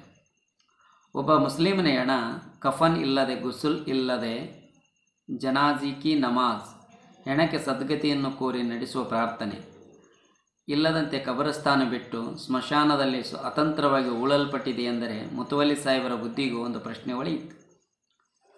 ಏನೋ ದಾವೂದ್ ನಿಸಾರ್ಗೆ ಕತ್ನ ಆಗಿರಲಿಲ್ವಾ? ಸ್ವಲ್ಪ ಟೆಕ್ನಿಕಲ್ ಆಗಿ ಬಂದ ಈ ಪ್ರಶ್ನೆಗೆ ದಾವೂದ್ ಬಳಿ ಉತ್ತರ ಇರಲಿಲ್ಲ. ಛೇ ಆಗದೇ ಇರುತ್ತದೆ. ಈ ಪೊಲೀಸ್ನವರಿಗೆ ಅಷ್ಟೆಲ್ಲ ತಲೆಭಾರ ಯಾಕೆ ಬೇಕು? ಏನೋ ಒಂದು ಮುಗಿಸಿಬಿಟ್ಟು ಕೈ ತೊಳೆದುಕೊಂಡ್ರು ಅಷ್ಟೇ. ಈಗ ಇನ್ನಷ್ಟು ಪ್ರಶ್ನೆಗಳು, ಕುತೂಹಲಗಳು. ಅದು ನಿಸಾರದ ಹೆಣ ಎಂದು ಹೇಗೆ ಗೊತ್ತಾಯಿತು? ಸುಮಾರು ದಿನಗಳವರೆಗೆ ಅವನು ನಾಪತ್ತೆಯಾದ ಮೇಲೆ ಅವನ ಹೆಂಡತಿ ಕಂಪ್ಲೇಂಟ್ ಕೊಡೋದಕ್ಕೆ ಹೋದಳು. ಆವಾಗ ಪೊಲೀಸ್ ಸ್ಟೇಷನ್ನಿನಲ್ಲಿ ಪೊಲೀಸ್ನವರು ಬಟ್ಟೆ ತೋರಿಸಿದರು. ಅದನ್ನು ಅವಳು ಗುರುತಿಸಿದಳು. ಆಮೇಲೆ ಫೋಟೋ ತೋರಿಸಿದರು ಶವದ್ದು. ಅದು ಊದಿಕೊಂಡಿತ್ತು. ಆದರೂ ಕೂಡ ನಿಸಾರದೆ. ಅಥವಾ ಪೊಲೀಸ್ನವರು ಬೇಕಂತಲೇ ಮಾಡಿರಬಹುದು. ಅವ್ರಿಗೇನು ಗೊತ್ತಿಲ್ವಾ? ಈ ನಮ್ಮ ಮಸೀದಿಗೆ ಬಂದು ನಿಮ್ಮದೊಂದು ಹೆಣ ಬಿದ್ದೈತಿ ಅಂದರೆ ಒಂದು ಕ್ಷಣದಲ್ಲೇ ಎತ್ಕೊಂಡು ಬಂದು ನಾವೇ ದಫನ್ ಮಾಡ್ಬೋದಾಗಿತ್ತು. ಅನುಮಾನಿಸುತ್ತಾ ದಾವೂದ್ ನುಡಿದ. ನನಗೆ ಗೊತ್ತಾಗಿರೋ ಹಂಗೆ ಆ ಶಂಕರ ಖುದ್ದು ನಿಂತ್ಕೊಂಡು ಪೊಲೀಸ್ನವರಿಗೆ ಹೇಳಿ ಸ್ಮಶಾನದಲ್ಲಿ ದಫನ್ ಮಾಡಿಸ್ತವನಂತೆ. ಅಲ್ಲಿದ್ದವರಿಗೆಲ್ಲ ಆಘಾತವಾದಂತಾಯಿತು. ಇದೆಂಥ ಕೇಡುಗಾಲ. ಕೆಲವರು ಸತ್ತಾಗ ಸಾವಿರಾರು ಮಂದಿ ಹೆಗಲು ಕೊಡೋಕ್ಕೆ ತಯಾರಾಗಿರುತ್ತಾರೆ. ಅಂಥದ್ರಲ್ಲಿ ಈ ನತದೃಷ್ಟ ಸತ್ತ ಮೇಲೆ ಕೂಡ ಒಂದು ಸರಿಯಾದ ದಫನ್ ಕೂಡ ಇಲ್ಲವೆಂದರೆ ವರ್ಷಕ್ಕೆರಡು ಬಾರಿ ರಂಜಾನು ಮತ್ತು ಬಕ್ರೀದ್ ಹಬ್ಬದ ನಮಾಜುಗಳನ್ನು ಬಿಟ್ಟರೆ ಇನ್ನು ಯಾವತ್ತೂ ಮಸೀದಿಗೆ ಕಾಲಿಡದ ಮನೆಗಳನ್ನು ಪೇಂಟ್ ಮಾಡ್ತೀನಿ ಎಂದು ಅಡ್ವಾನ್ಸ್ ಹಣ ಪಡೆದು 100 ಜನರಿಗೆ ವಂಚಿಸುತ್ತಿದ್ದ. ಸಿಕ್ಕಷ್ಟು ಹಣದಲ್ಲಿ ಸದಾ ಕುಡಿದು ತೂರಾಡುತ್ತಿದ್ದ. ಒಮ್ಮೆಯಂತೂ ಮಸೀದಿಗೆ ಪೇಂಟ್ ಮಾಡ್ತೀನಿ ಎಂದು ಜಮಾತಿನ ಹಣವನ್ನು ತಿಂದಿದ ನಿಸಾರನ ಹೆಣದ ವಿಧಿಬದ್ಧ ಅಂತ್ಯಕ್ರಿಯೆ ಈಗ ಅವರಿಗೆ ಅತ್ಯಂತ ಪವಿತ್ರ ಕರ್ತವ್ಯವಾಗಿ ಕಾಣತೊಡಗಿತ್ತು. ಅವನ ಹೆಣ ಹುತಾತ್ಮನಂಥ ಮೆರುಗು ಪಡೆಯಲಾರಂಭಿಸಿತು. ಆದರೆ ಇವೆಲ್ಲಕ್ಕಿಂತಲೂ ಹೆಚ್ಚಾಗಿ ಮುತುವಲ್ಲಿ ಸಾಹೇಬರಿಗೆ ನಿಸಾರನ ಹೆಣದ ಅಂತ್ಯಕ್ರಿಯೆ ತಮ್ಮ ಸರ್ವ ಸಮಸ್ಯೆಗಳ ನಿವಾರಣೋಪಾಯವಾಗಿ ಕಂಡುಬಂದಿತ್ತು. ಆದರೂ ವಿಸಣ್ಣವದನರಾಗಿ ಏನು ಮಾಡೋಕ್ಕಾಗತ್ತಪ್ಪ, ಅವರವರು ಮಾಡಿದ್ದನ್ನು ಅವರವರು ಅನುಭವಿಸಲೇಬೇಕು ಎಂದರು. ದಾವೂದ್ ಸೇರಿದಂತೆ ಅಲ್ಲಿ ಸೇರಿದ ಎಲ್ಲ ಜನರು ಕೂಡ ಆಗಿ ಹೋಗಿರುವ ದುರಂತವನ್ನು ನೆನೆದು ತಲ್ಲಣಿಸುತ್ತಾ ಕಂಗೆಟ್ಟರು. ತೌಬಾ ಕೆನ್ನೆಗೆ ಬಡಿದುಕೊಳ್ಳುತ್ತಾ ಸಾಬ್ಜಾನ್ ಸಾಹೇಬರು ಹೇಳಿದರು, ಸಾವು ಎಲ್ಲರಿಗೂ ನಿಶ್ಚಿತ, ಆದರೆ ಯಾರಿಗೂ ಈ ರೀತಿ ಕೆಟ್ಟ ಸಾವು ಬರಬಾರದು. ಒಂದು ದರುವುದಿಲ್ಲ, ಸಲಾಮಿಲ್ಲ. ನಾಳೆ ನಮ್ಮ ಹೆಣನೂ ಹೀಗೇನೆ ಯಾರು ಎಲ್ಲಿ ಬೇಕೋ ಅಲ್ಲಿ ಅವರ ಮನಸ್ಸಿಗೆ ಬಂದ ಹಾಗೆ ಎಸೆಯಬಹುದಲ್ಲ. ದಾವೂದ್ ಕೂಡ ತನ್ನ ಪಾಲಿನದನ್ನು ಸೇರಿಸಲು ಮರೆಯಲಿಲ್ಲ. ಮುತುವಲ್ಲಿ ಸಾಹೇಬರೇ, ಏನೋ ನೀವು ನಮ್ಮ ದಿಕ್ಕು ದೆಸೆಯಾಗಿದ್ದೀರಿ ಅಂತ ನಾವು ಮನುಷ್ಯರಾಗಿ ಉಳ್ಕೊಂಡಿದ್ದೀವಿ. ಒಂದು ದಿನ ಬೆಳಗ್ಗೆದ್ದರೆ ಕುರಾನ್ ಬಗ್ಗೆ ಕೋರ್ಟಿಗೆ ಹೋಗುತ್ತಾರೆ. ಆಯಮ್ಮ ಶಾಬಾನು ವಿಚಾರಣೆ ದೊಡ್ಡದಾಗಿ ಮಾಡಿ ನಮ್ಮನ್ನು ಕುಕ್ಕಿ ಇಟ್ಟರು.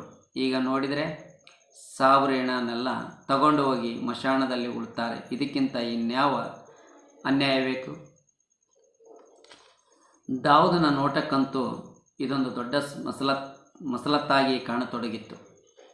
ಎಲ್ಲರೂ ದುಃಖಿತರಾದರು. ಮುತುವಲ್ಲಿ ಸಾಹೇಬರು ಕೂಡ ಗಡ್ಡದ ಕೂದಲನ್ನು ಒಂದೊಂದಾಗಿ ಕೀಳುತ್ತಾ ಆಗಾಗ್ಗೆ ಮೂಗಿನಲ್ಲಿ ಬೆರಳು ತೂರಿಸುತ್ತಾ ದೀರ್ಘಾಲೋಚನೆಯಲ್ಲಿ ತೊಡಗಿದ್ದು ಒಮ್ಮೆಲೆ ಎಚ್ಚೆತ್ತವರಂತೆ ಜನಗಳತ್ತ ನೋಡಿದರು. ತೀವ್ರ ದುಃಖದಿಂದ ಕೂಡಿರುವಂತೆ ಮುಖವನ್ನು ಕಿವಿಚಿಕೊಂಡು ಅರೆಗಣ್ಣು ತೆರೆದು ಒಮ್ಮೆ ಕೆಮ್ಮಿ ಗಂಟಲನ್ನು ಸರಿಪಡಿಸಿಕೊಂಡರು.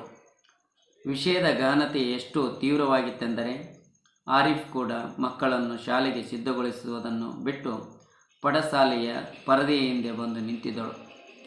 ಸ್ವಲ್ಪ ತಡವಾಗಿ ಎದ್ದಿದ್ದ ಜಮೀಲಾ ಕೂಡ ಆರಿಫಳಿಂದ ಪಿಸುಮಾತಿನಲ್ಲೇ ವಿಷಯವನ್ನು ತಿಳಿದುಕೊಂಡು ಅವಳು ಕೂಡ ಪಡಸಾಲೆಯತ್ತ ಕಿವಿಯಾನಿಸಿ ಪರದೆಯ ಹಿಂದೆ ಸೇರಿಕೊಂಡಿದ್ದಳು. ಅವರಿಬ್ಬರ ಹೆಣ್ಣು ಹೃದಯಗಳು ಕೂಡ ಮಿಡುಕುತ್ತಿದ್ದವು.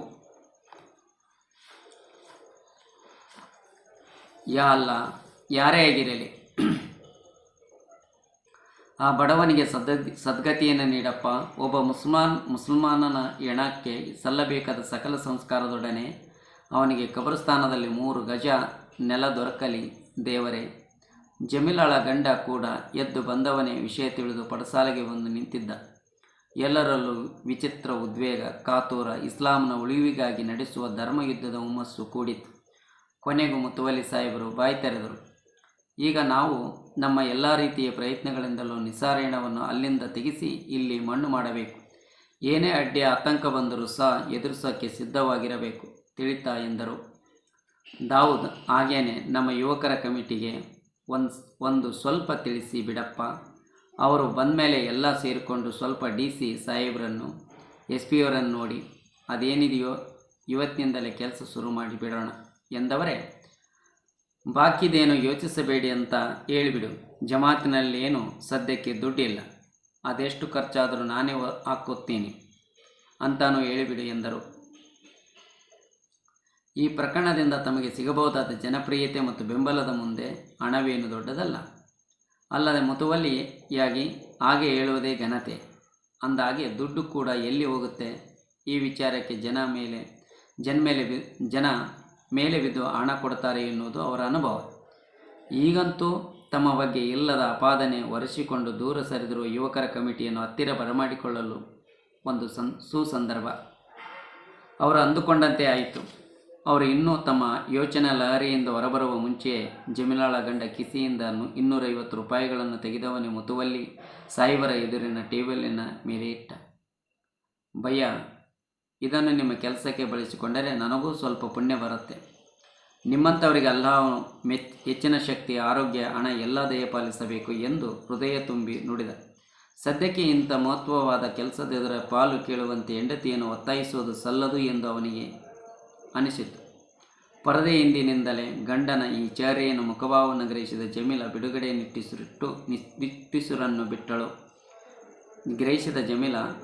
ನಿಟ್ಟುಸಿರನ್ನು ಬಿಟ್ಟಳು.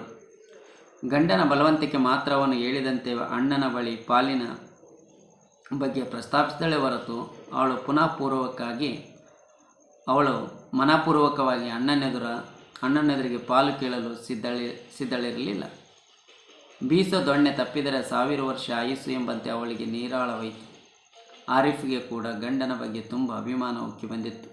ಹಿಮಾಲಯದಂಥ ಕೆಲಸವನ್ನು ಅವನೊಬ್ಬನೇ ನಿಭಾಯಿಸಬೇಕಾಗಿರುವುದರಿಂದ ತಿಂಡಿ ಮಾಡದೆ ಎಲ್ಲಿ ಹೊರ ಹೋಗುವೇನೋ ಎಂಬ ಆತಂಕದಿಂದ ಅವನಿಗಾಗಿ ಹೂವಿನಷ್ಟು ಹಗುರವಾದ ಪರೋಟ ಮಾಡಲು ಅವಳು ಒಳಗೆ ಓಡಿದಳು. ತಂಗಿಯ ಮತ್ತವಳ ಗಂಡನ ವರ್ತನೆಯಲ್ಲಿ ಬದಲಾವಣೆಯನ್ನು ಗಮನಿಸಿದ ಮುತುವಲ್ಲಿ ಸಾಹೇಬರು ಒಮ್ಮೆಲೆ ಗೆಲುವಾದರೂ ತೋರಿಸಿಕೊಳ್ಳದೆ ಘನತೆವೆತ್ತವರಂತೆ ಮೇಲುವಾಗಿ ಹೆಜ್ಜೆಗಳನ್ನಿಡುತ್ತಾ ಒಳಬಂದರು. ಮೊದಲು ಅವರು ಭೇಟಿ ಮಾಡಿದ್ದು ಜಿಲ್ಲಾಧಿಕಾರಿಯನ್ನು. ಸಾಕಷ್ಟು ಯುವಕರ ಗುಂಪಿನೊಡನೆ ಹೋಗಿ ಜಿಲ್ಲಾಧಿಕಾರಿಯನ್ನು ಭೇಟಿ ಮಾಡುವುದು ಅವರಿಗೆ ಆನಂದದಾಯಕವಾದ ವಿಷಯವಾಗಿತ್ತು. ಜಿಲ್ಲಾಧಿಕಾರಿ ಯುವಕ ಮತ್ತು ಬಂಗಾಲಿ ಬ್ರಾಹ್ಮಣ, ಜವಾಹರ್ಲಾಲ್ ವಿಶ್ವವಿದ್ಯಾಲಯದ ಪದವೀಧರ. ಸಾಮಾಜಿಕ ಸಂಬಂಧಗಳ ಗೋಜಲಗಳನ್ನು, ಅವುಗಳ ಭಾವನಾತ್ಮಕ ಆಸ್ಫೋಟಗಳನ್ನು ಬಲ್ಲವನಾಗಿದ್ದ. ಮುತುವಲ್ಲಿ ಸಾಹೇಬರು ಸಲ್ಲಿಸಿದ ಅರ್ಜಿಯನ್ನು ಪರಿಶೀಲಿಸಿದ ಆತನಿಗೆ ಪ್ರಕರಣದ ಹಿನ್ನೆಲೆ ಅರಿವಾಯಿತು. ಮನದಾಳದಲ್ಲಿ ನೆಗೆಯುಕ್ಕಿ ಬಂದರೂ ಆತ ಗಂಭೀರ ಮುಖ ಮುದ್ರೆಯಲ್ಲಿ ಕುಳಿತಿದ್ದ. ಮುತುವಲ್ಲಿ ಸಾಹೇಬರ ದುಃಖಪೂರ್ಣ ಆವೇದನೆಯನ್ನು ಆಲಿಸಿ ಆ ಬಗ್ಗೆ ಚಕಾರವೆತ್ತದೆ ಉರ್ದುವಿನಲ್ಲಿ ಪ್ರಶ್ನಿಸಿದ. ಮತ್ತೇನು ವಿಷಯ ಮುತುವಲ್ಲಿ ಸಾಹೇಬ್ರೆ? ನಿಮ್ಮ ಏರಿಯಾಗೆ ಬೇಕಾದ ಬೋರ್ವೆಲ್ಗಳ ಬಗ್ಗೆ ಆಗಲಿ, ಶಾಲೆ ರಿಪೇರಿ ಬಗ್ಗೆ ಆಗಲಿ, ಅಥವಾ ಇನ್ನು ಬೇರೆ ಯಾವುದೇ ಕೆಲಸಗಳ ಬಗ್ಗೆ ಆಗಲಿ ನೀವು ಒಮ್ಮೆಯಾದರೂ ನನ್ನ ಬಳಿ ಬಂದಿಲ್ಲ. ಮುತವಲ್ಲಿ ಸಾಹೇಬರು ಮಧ್ಯದಲ್ಲೇ ತಡೆದು ವೇಗವಾಗಿ ನುಡಿದರು. ಅದೆಲ್ಲ ಒಂದು ಲಿಸ್ಟ್ ಮಾಡಿಕೊಂಡು ಮುಂದಿನ ಸಾರಿ ಬರ್ತೀವಿ ಸ್ವಾಮಿ. ಈಗ ಸದ್ಯಕ್ಕೆ ಇದೊಂದು ವಿಷಯದ ಬಗ್ಗೆ ತಾವು ಒಪ್ಪಣೆ ಮಾಡಿಬಿಟ್ರೆ ಸಾಕು ಎಂದು ನುಡಿದರು. ಆದರೂ ಮುತವಲ್ಲಿ ಸಾಹೇಬರೇ, ಮಣ್ಣು ಎಲ್ಲೆಡೆಯೂ ಒಂದೇ ಅಲ್ಲವೇ? ಮಣ್ಣಿನಲ್ಲಿ ಭೇದವೇನಿದೆ ಎಂದು ತೀರಾ ಕ್ಯಾಶುವಲ್ ಆಗಿ ಪ್ರಶ್ನಿಸಿದರು. ಮುತವಲ್ಲಿ ಸಾಹೇಬರ ಬಳಿ ಅದಕ್ಕೆ ಅಪ್ರಸ್ತುತವಾದ ಹಲವಾರು ಉತ್ತರಗಳು ತಯಾರಿದ್ದು, ಹೆಚ್ಚು ಮಾತು ಬೆಳೆಸದೆ ಜಿಲ್ಲಾಧಿಕಾರಿ ಒಂದು ಕ್ಷಣ ಆಲೋಚಿಸಿ ಅಸಿಸ್ಟೆಂಟ್ ಕಮಿಷನರಿಗೆ ಒಂದು ಆದೇಶ ಹೊರಡಿಸಿದರು. 15 ದಿನಗಳು ಕಳೆದು ಹೋದವು. ಅಧಿಕಾರಿಯಿಂದ ಅಧಿಕಾರಿಗೆ, ಇಲಾಖೆಯಿಂದ ಇಲಾಖೆಗೆ ಸುತ್ತಿದರೂ ಮುತವಲ್ಲಿ ಸಾಹೇಬರು ಬೇಸರ ಪಡಲಿಲ್ಲ. ಜನರಿದ್ದಲ್ಲಿ ಜೊತೆಯಲ್ಲಿ ಸಂಗಡಿಗರಿಗೆ ಆಗಾಗ್ಗೆ ಒಂದಿಷ್ಟು ಕಾಫಿ ತಿಂಡಿ ಕೊಡಿಸಲು ಕೂಡ ಅವರು ಹಿಂಜರಿಯಲಿಲ್ಲ. ಶಂಕರನ ಕಡೆಯಿಂದ ಈ ಪ್ರಕರಣದಲ್ಲಿ ಅಂಥ ತೀವ್ರ ವಿರೋಧವೇನೂ ಕಂಡುಬರಲಿಲ್ಲವೆಂಬುದು ಅವರಿಗೆ ನಿರಾಶೆಯಾಯಿತಷ್ಟೇ. ಆದಾಗ್ಯೂ ಅಧಿಕಾರಿಗಳ ಮತ್ತು ಪೊಲೀಸಿನವರ ಕೊಕ್ಕೆಗಳ ಧಾರಾಳವಾಗಿದ್ದವಲ್ಲ. ಮುತವಲ್ಲಿ ಸಾಹೇಬರು ಹಗಲೆಲ್ಲ ಆಫೀಸುಗಳಿಗೆ ಅಲಿದರು. ಸರಿ ರಾತ್ರಿವರೆಗೂ ಮಸೀದಿ ಅಂಗಳದಲ್ಲಿ ಅಥವಾ ಮದೀನಾ ಹೋಟೆಲಿನ ವಿಶಾಲವಾದ ಅಜಾರದಲ್ಲಿ ಇಲ್ಲವೇ ತಮ್ಮ ಮನೆಯ ಪಡಸಾಲೆಯಲ್ಲಿ ಚರ್ಚೆ ನಡೆಸುತ್ತಿದ್ದರು. ತಾವು ಪಡುತ್ತಿರುವ ಪರಿಶ್ರಮದ ವರ್ಣನೆಯನ್ನು ಮಾಡುತ್ತಿದ್ದರು. ಯಾವ ಅಧಿಕಾರಿಯ ಬಾಲವನ್ನು ಎಲ್ಲೆಲ್ಲಿ ಕತ್ತರಿಸಬೇಕೆಂದು ಯೋಜನೆಯನ್ನು ಹಾಕುತ್ತಿದ್ದರು. ಇಸ್ಲಾಮಿಗೆ ಎಲ್ಲಿಲ್ಲದೆ ಗಂಡಾಂತರ ಒದಗುತ್ತಿದೆ ಮತ್ತು ಅವುಗಳನ್ನು ಹೇಗೆ ಯುಕ್ತಿಯಿಂದ ಪರಿಹರಿಸಿಕೊಳ್ಳಬೇಕೆಂಬುದರ ಬಗ್ಗೆ ಯುವಕರಿಗೆ ಬೋಧಿಸುತ್ತಿದ್ದರು. ಹೇಗೂ 15 ದಿನ ಜಾರಿದ್ದೇ ಅವರಿಗೆ ಗೊತ್ತಾಗಲಿಲ್ಲ. ಇಡೀ ಜಮಾತಿನ ನಡುವೆ ಚರ್ಚೆಗೆ ಗ್ರಾಸವಾಗಿದ್ದ ವಿಷಯವೆಂದರೆ ನಿಸಾರನ ಹೆಣ ಮತ್ತು ಮುತವಲ್ಲಿ ಸಾಹೇಬರ ಪರಿಶ್ರಮ. ಬಹಳಷ್ಟು ಹೆಂಗಸರು ತಲೆ ತುಂಬ ಮೇಲು ವಸ್ತ್ರವನ್ನು ಒದ್ದು ನಮಾಜು ಮಾಡಿದ ನಂತರ ನಿಸಾರನ ಹೆಣಕ್ಕೆ ಮುಸ್ಲಿಮರ ಸ್ಮಶಾನದಲ್ಲಿ ದಫನಾಗುವ ಯೋಗ ಸಿಗಲಿ ಎಂತಲೂ ಅವನಿಗೆ ಸದ್ಗತಿ ದೊರಕಲಿ ಎಂತಲೂ ಮನದುಂಬಿ ಪ್ರಾರ್ಥಿಸಿದರು. ಈ ಪವಿತ್ರ ಕಾರ್ಯಕ್ಕೆ ಸಾಕಾದಷ್ಟು ಹಣ ಕೂಡ ಶೇಖರವಾಗಿತ್ತು. ಅಂತೂ ಇಂತೂ ಕೊನೆಗೆ ನಿಸ್ಸಾರನ ಊತ ಶವವನ್ನು ಮತ್ತೆ ತೆಗೆಯಲಾಯಿತು. ಮುತವಲ್ಲಿ ಸಾಹೇಬರು ಮತ್ತು ಅವರ ಹಿಂಬಾಲಕರ ಪಡೆ ತಾವು ತಂದಿದ್ದ ಹೊಸ ಗಂಜಿ ಹಾಕಿದ ಕಫನಿನಲ್ಲಿ ಕುಳಿತ ಶವವನ್ನು ವಿಧಿಬದ್ಧವಾಗಿ ಸುತ್ತಿದ್ದರು. ಸ್ನಾನ ಮಾಡಿಸಲು ಸಾಧ್ಯವಿಲ್ಲದಷ್ಟು ಆ ಶವ ಕೊಳೆತು ಹೋದುದರಿಂದ ಪವಿತ್ರ ಸ್ತೋತ್ರದ ನೀರಿನ ಪ್ರೋಕ್ಷಣೆ ಮಾಡಲಾಯಿತು.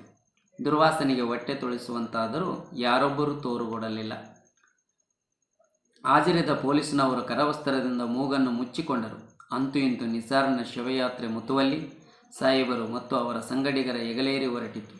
ಹೆಣದ ದುರ್ವಾಸನೆ ಸಹ್ಯವಾಗಲು ಸಾಕಷ್ಟು ಸೆಂಟು ಸುರಿದಿದ್ದು ಶವವಾಹಕದ ಮೇಲ್ಭಾಗದಲ್ಲಿ ಮಲ್ಲಿಗೆ ಹೂವಿನ ಲಡಿಗಳಿಂದ ಮಾಡಿದ ಚಾದರದಿಂದ ಆವೃತವಾಗಿತ್ತು.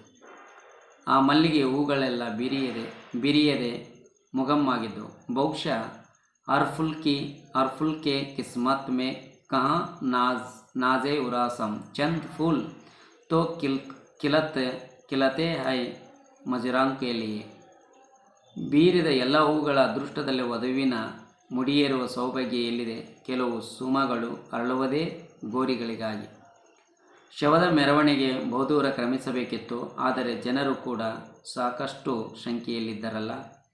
ಶವವಾಹಕವು 1-2 ನಿಮಿಷಗಳಿಗಿಂತ ಹೆಚ್ಚಾಗಿ ಒಬ್ಬನ ಹೆಗಲ ಮೇಲಿರದೆ ಸ್ಥಳಾಂತರವಾಗುತ್ತಿತ್ತು. ನಗರ ಪ್ರದೇಶವನ್ನು ದಾಟಿ ಶವದ ಮೆರವಣಿಗೆ ಮುಂದುವರಿಯುತ್ತಲೇ ಇತ್ತು. ಇನ್ನೇನು ಆಗೋ ಆ ತಿರುವಿನಿಂದ ಮುಂದಕ್ಕೆ ಹೋದರೆ ಕಬ್ರಸ್ತಾನ್ 10 ಹೆಜ್ಜೆಯಷ್ಟೇ. ಅಷ್ಟರಲ್ಲಿ ಆ ಸನ್ನಿವೇಶದ ಗಾಂಭೀರ್ಯವನ್ನು, ದುಃಖಗಳನ್ನು ಒಮ್ಮೆಲೆ ಚದುರಿಸುವಂಥ ವಿಚಿತ್ರವಾದ ಅಸಭ್ಯವಾದ ಏರಿದ ಧ್ವನಿಯ ಬೈಗುಳಗಳೊಡನೆ ತೂರಾಡುತ್ತಾ ಬಂದ ವ್ಯಕ್ತಿಯನ್ನು ನೋಡಿದೊಡನೆ ಶವವಾಹಕದ ಮುಂಭಾಗದಲ್ಲಿ ಹೆಗಲು ಕೊಟ್ಟಿದ್ದ ಮುತವಲ್ಲಿ ಸಾಹೇಬರು ಸ್ತಂಭೀಭೂತರಾಗಿ ಬಿಟ್ಟರು. ಅವರ ಮರೆ ಬಿಳುಪೇರಿತು. ಅಷ್ಟೇ ಅಲ್ಲ, ಆ ಶವದ ಮೆರವಣಿಗೆಯಲ್ಲಿದ್ದ ಬಹುತೇಕ ಜನರ ಅವಸ್ಥೆ ಅದೇ ರೀತಿಯದಾಗಿತ್ತು. ಯಾರೊಬ್ಬರೂ ಕೂಡ ಮುಂದೂಡಿ ಇಡಲಿಲ್ಲ. ಎಲ್ಲರ ಗಂಟಲ ದ್ರವ ಹಾರಿತು. ಆ ವ್ಯಕ್ತಿ ಅಸಭ್ಯವಾಗಿ ಇನ್ನಷ್ಟು ಬೈಗುಳವನ್ನು ಉದುರಿಸಿ ಹಾಗೇ ಸಣ್ಣ ಓಣಿಯೊಂದರಲ್ಲಿ ತೂರಾಡುತ್ತಾ ಮರೆಯಾದ. ಬಹುಬೇಗ ಚೇತರಿಸಿಕೊಂಡವರೇ ಮುತವಲ್ಲಿ ಸಾಹೇಬರು. ಶವವನ್ನು ಕೊಂಡೊಯ್ಯುವಲ್ಲಿ ಯಾವುದೇ ಅಹಿತಕರ ಘಟನೆ ನಡೆಯದಂತೆ ಎಚ್ಚರವಹಿಸಲು ಜೊತೆಗಿದ್ದ ಪೊಲೀಸ್ನವರನ್ನು ಈ ಸಂದರ್ಭದಲ್ಲಿ ಕಂಡು ಮುತವಲ್ಲಿ ಸಾಹೇಬರು ಬಹುಬೇಗ ಜಾಗೃತರಾದರು. ಕುಡುಕನನ್ನು ನೋಡಿ ಶವದ ಜೊತೆಗಿದ್ದವರು ನಿಂತುದನ್ನು ಕಂಡು ಒಬ್ಬ ಪೊಲೀಸ್ನವ ಮುಂದೆ ಹೋಗಿ ಕುಡುಕನತ್ತ ಲಾಠಿ ಆಡಿಸಿ ಅವನನ್ನು ಬೆದರಿಸಿದ. ಮುತವಲ್ಲಿ ಸಾಹೇಬರು ಮೆಲ್ಲನೆ ಮುಂದಡಿ ಇಟ್ಟರು. ಜಮಾತ್ ಕೂಡ ಅವರೊಡನೆ ಚಲಿಸಿತು. ಈಗ ಮಾತ್ರ ಮುತವಲ್ಲಿ ಸಾಹೇಬರ ಕಾಲುಗಳು ಕಂಪಿಸತೊಡಗಿದವು. ಯಾರೋ ಬಂದು ಅವರ ಹೆಗಲಿನಿಂದ ಬದಲಾಯಿಸಿ ತಾನು ಹೆಗಲು ನೀಡಿದ. ಮುತವಲ್ಲಿ ಸಾಹೇಬರು ಕರವಸ್ತ್ರ ತೆಗೆದು ಧಾರಾಕಾರವಾಗಿ ಬರುತ್ತಿದ್ದ ಬೆವರನ್ನು ಒರೆಸಿಕೊಂಡರು. ಜನರ ನಡುವೆ ದಾವುದನತ್ತ ಕೆಂಗಣ್ಣು ಬೀರಿದರು. ಅವನು ನೋಟವನ್ನು ಕೆಳಗೆ ಹಾರಿಸಿದ. ಬಹುತೇಕ ಜನರ ಕಣ್ಣುಗಳಲ್ಲಿ ಮಾತಾಡಿಕೊಂಡರು. ಒಬ್ಬರೂ ಉತ್ತರಿಸಲಿಲ್ಲ. ಆದರೂ ದಾಪುಗಾಲು ಹಾಕುತ್ತಾ ಕಬ್ರಸ್ತಾನ ಕಡೆ ಮುಂದುವರಿಸಿದರು. ಪೊಲೀಸ್ನವರು ಕಬ್ರಸ್ತಾನದ ಹೊರಗಡೆಯೇ ನಿಂತರು. ಅಂತೂ ಶವದ ದಫನ್ ಆಯಿತು. ಅದು ಮುಸ್ಲಿಮರ ಕಬ್ರಸ್ತಾನದಲ್ಲಿ ಮುತವಲ್ಲಿ ಸಾಹೇಬರ ತಲೆಯ ನರಗಳು ಸಿಡಿದು ಹೋಗುತ್ತಿದ್ದವು. ಇದು ಯಾರ ಶವ? ಆ ಕುಡುಕ ಪೇಂಟರ್ ನಿಸಾರ್ ಎನ್ನುವುದರಲ್ಲಿ ಅವರಿಗೆ ಯಾವ ಸಂಶಯವೂ ಇರಲಿಲ್ಲ. ದಾವೂದ್ ಮೇಲೆ ಆ ಕುಡುಕ ಪೇಂಟರ್ ನಿಸಾರ್ ಎನ್ನುವುದರಲ್ಲಿ ಅವರಿಗೆ ಯಾವ ಸಂಶಯವೂ ಇರಲಿಲ್ಲ. ದಾವೂದ್ ಮೇಲೆ, ನಿಸಾರ್ನ ಹೆಂಡತಿಯ ಮೇಲೆ ಅವರಿಗೆ ಕೊಚ್ಚಿ ಹಾಕುವಷ್ಟು ಕೋಪ ಬಂದಿತ್ತು. ಆದರೂ ಅವರಿಗೆ ಒಂದೇ ಸಮಾಧಾನ. ಜಮಾತಿನ ಬಹುತೇಕ ಮಂದಿ ನಿಸಾರ್ನನ್ನು ಗುರುತಿಸಿದರೂ ಒಬ್ಬರಾದರೂ ಪೊಲೀಸ್ನವರ ಮುಂದೆ ಅವರನ್ನು ಬಿಟ್ಟುಕೊಟ್ಟಿರಲಿಲ್ಲ. ಅವರ ಮರ್ಯಾದೆಯನ್ನು ಕಾಪಾಡಿದರೂ ಒಂದು ಕ್ಷಣ ಸಮಾಧಾನ ಕೂಡಲೇ ಮಾಯವಾಯಿತು. ಸಾವಿರಾರು ಕಾಗೆಗಳು ಕಾಕ ಎನ್ನುತ್ತಾ ಅವರ ಮೆದುಳನ್ನು ಕಿತ್ತು ತಿನ್ನತೊಡಗಿದವು. ಇದು ಹಿಂದುವಿನ ಹೆಣವೋ ಮುಸ್ಲಿಮನ ಹೆಣವೋ ಗುರುತಿಸಲು ಸಾಧ್ಯವಾದಷ್ಟು ಕೊಳೆತು ಹೋಗಿದ ಆ ಶವ ಇಲ್ಲೇ ಕೊಳೆಯಬೇಕೋ ಅಲ್ಲಿ ಕೊಳೆಯಬೇಕೋ? ಜನರು ಆ ಶವದ ಮೇಲೆ ಸರಸರನೆ ಮಣ್ಣೆಳೆಯುತ್ತಿದ್ದರು. ಪೂರ್ತ ಮಣ್ಣೆಳೆಯುವುದನ್ನು ಕಾಯದೆ ಅವರು ವೇಗವಾದ ಹೆಜ್ಜೆಗಳನ್ನಿಡುತ್ತಾ ಮನೆಯ ಕಡೆಗೆ ದಾಪುಗಾಲಿಕ್ಕಿದರು. ಈ ದಿನ ಅವರ ಜೊತೆಯಲ್ಲಿ ಯಾರೂ ಇರಲಿಲ್ಲ, ಅವರನ್ನು ಜೀವಂತವಾಗಿ ಕುಕ್ಕಿಕೊಳ್ಳುತ್ತಿದ್ದ ಕಾಗೆಗಳು ವಿನ. ತೀರ ಬಳಲಿಕೆಯಿಂದ ಮನೆಯ ಪಡಸಾಲೆಯಲ್ಲಿ ಬಂದು ಕುಳಿತು ಕೆಲ ಕ್ಷಣಗಳಾದ ನಂತರವೂ ಆರಿಫಳನ್ನು ಕಾಣದೇ ಇದ್ದಾಗ ಅವರಿಗೆ ಚಡಪಡಿಕೆ ಎನಿಸಿ, ಆರಿಫ್, ಒಂದು ಲೋಟ ನೀರು ತಾ ಎಂದು ಕೂಗಿ ಕರೆದರು. ಆರಿಫಳ ಬದಲಿಗೆ ಬಂದ ಮಗಳನ್ನು ನೋಡಿ, ಏಕೆ ನೀನಿವತ್ತು ಸ್ಕೂಲಿಗೆ ಹೋಗಿಲ್ಲ ಎಂದು ಕೇಳಿದರು. ಅಮ್ಮ ಮನೆಯಲ್ಲಿಲ್ಲವಲ್ಲ, ಅದಕ್ಕೆ ನಾನು ಮನೆಯಲ್ಲಿ ಉಳ್ಕೊಂಡೆ ಎಂದಳು. ಮನೆಯಲ್ಲಿರದೆ ಎಲ್ಲಿಗೋದಳು? ತಂದೆಯ ಪ್ರಶ್ನೆಗೂ ಹತ್ತು ಕೆಂಪಾಗಿದ್ದ ಕಣ್ಣುಗಳ ಮೇಲೆ ಆವೃತವಾಗಿದ್ದ ರೆಪ್ಪೆಗಳನ್ನು ಮೇಲಕ್ಕೆತ್ತುತ್ತಾ ಹುಡುಕಿ ಹೇಳಿದಳು. ಅನ್ಸರಿಗೆ ತುಂಬ ಕಾಯಿಲೆಯಾಗಿದೆಯಲ್ಲಪ್ಪ, ಅಮ್ಮ ಅವನ ಜೊತೆ ಆಸ್ಪತ್ರೆಯಲ್ಲಿದ್ದಾರೆ. ಏನಂದೆ? ಯಾರಿಗೆ ಕಾಯಿಲೆ? ಯಾವಾಗಿಂದ? ಏನು ಕಾಯಿಲೆ? ಒಟ್ಟೊಟ್ಟಿಗೆ ಬಂದ ಪ್ರಶ್ನೆಗಳಿಗೆ ಹುಡುಗಿಯ ಕಂಗಳಿಂದ ಭಾರವಾದ ಹನಿಗಳು ಉದುರಿದವು. ಆಗಲೇ 15-20 ದಿನದಿಂದಾನೆ ಅನ್ಸರ್ಗೆ ತುಂಬ ಜ್ವರ ಇತ್ತಲ್ಲ. ಡಾಕ್ಟರ್ ಅದೇನೋ ಮೆದುಳಿನ ಕಾಯಿಲೆ ಅಂತ ಹೇಳಿದಾರಪ್ಪ. ಆಗಲೇ 15-20 ದಿನದಿಂದಾನೆ ಅನ್ಸರ್ಗೆ ತುಂಬ ಜ್ವರ ಇತ್ತಲ್ಲ. ಡಾಕ್ಟರ್ ಅದೇನೋ ಮೆದುಳಿನ ಕಾಯಿಲೆ ಅಂತ ಹೇಳಿದ್ದಾರಪ್ಪ. ಮೆನಿಂಜೈಟಿಸ್ ಅಂತ ಕಾಯಿಲೆ ಅಂತೆ ಎಂದು ಹೇಳಿದವಳೆ ಬಿಕ್ಕಿ ಬಿಕ್ಕಿ ಅಳಲಾರಂಭಿಸಿದಳು. ಮುತವಲ್ಲಿ ಸಾಹೇಬರ ಕೈಯಿಂದ ಲೋಟ ಜಾರಿ ಕೆಳಗೆ ಬಿದ್ದಿತ್ತು. ಮತ್ತೆ ಬಹುನಿಧಾನವಾಗಿ ಅವರ ಕಿವಿಗಳಲ್ಲಿ ಮೊಳಗತೊಡಗಿತ್ತು. ಅಣ್ಣ, ನನ್ನ ಪಾಲಿಗೆ ಆಸ್ತಿ. ಅಣ್ಣ, ಈ ಬಡ ವಿಧವಿಗೆ ಸಹಾಯ ಮಾಡಿ. ಮಾಯ್ ಬಾಪ್, ನನ್ನ ಮಗಳ ಮದುವೆಗೆ ಸಾಲ ಕೊಡಿ. ಹಕ್ಕದಾರ್ ತರ್ ಸೆ ತೋ ಅಂಗಾರ್ ಕಾ ನೂ ಬರಸೆ. ಕಾಗೆಗಳು, ಕಪ್ಪು, ಬೂದು, ಅವುಗಳೊಳಗಿನ ಕಾಮನ ಬೆಲ್ಲು.